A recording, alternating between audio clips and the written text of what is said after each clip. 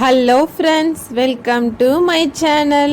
இன்றைக்கி நம்ம பார்க்குறது ஒரு சூப்பரான முருங்கைக்காயை வச்சு செய்கிறோம் பொரியல் தான் செய்ய போகிறோம். வாங்க இது எப்படி செய்கிறதுன்னு சொல்லி வீடியோக்குள்ளே போய் பார்க்கலாம். இப்போது நம்ம எண்ணெய் காய வச்சுக்கலாம். எண்ணெய் வந்து ஒரு 3 ஸ்பூன் ஆட் பண்ணிக்கோங்க.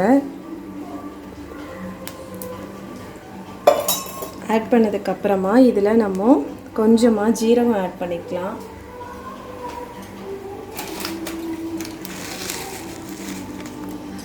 ஜீரகம் ஒரு அரை ஸ்பூன் ஆட் பண்ணிக்கோங்க.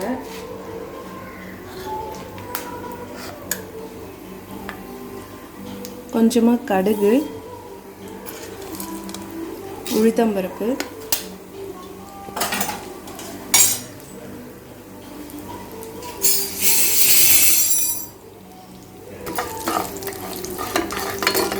இப்போது இது வதக்கி விட்டதுக்கப்புறமா கடுகு நல்லா பொரியணும்.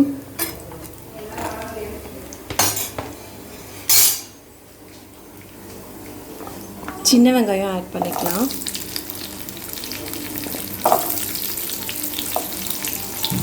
சின்ன வெங்காயம் நீங்கள் சேர்த்திங்கன்னா டேஸ்ட்டு நல்லா இருக்கும். ஏன்னா இதில் முருங்கைக்காய் நம்ம ஆட் பண்ணுறதுனால கொஞ்சம் சாதத்துக்கெல்லாம் இது சூப்பராக இருக்கும். அதனால் சின்ன வெங்காயம் தான் இதுக்கு மெயினாக டேஸ்ட்டு கொடுக்கும். இப்போது தக்காளி நான் ஒரு தக்காளி ஆட் பண்ணுறேன், போதும்.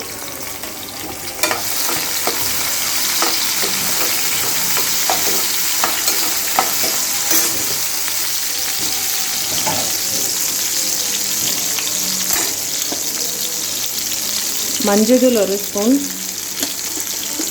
மிளகாய் தூள் ஒரு ஸ்பூன்,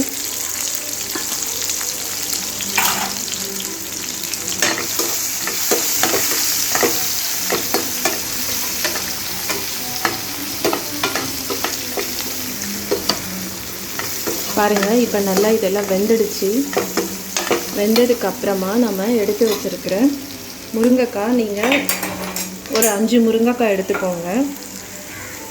நீங்கள் பொரியலாகவே இதை சாப்பிட்லாம். குட்டி குட்டிஸாக நீங்கள் கட் பண்ணி வச்சுக்கோங்க முருங்கைக்காய்.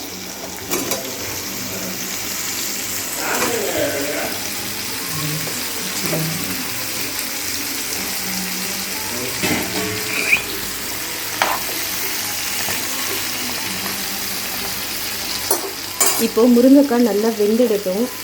பண்ணிக்கலாம். தண்ணி இப்போது ஆட் பண்ணிக்கலாம்.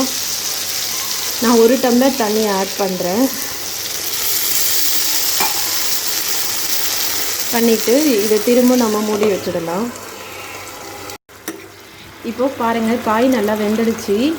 வெந்ததுக்கப்புறமா நம்ம தேங்காய் ஆட் பண்ணிக்கலாம்.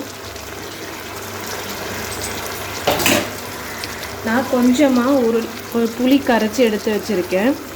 புளி கொஞ்சமாக நீங்கள். நம்மளோட ரெசிபி இப்போது ரெடி ஆகிடுச்சு.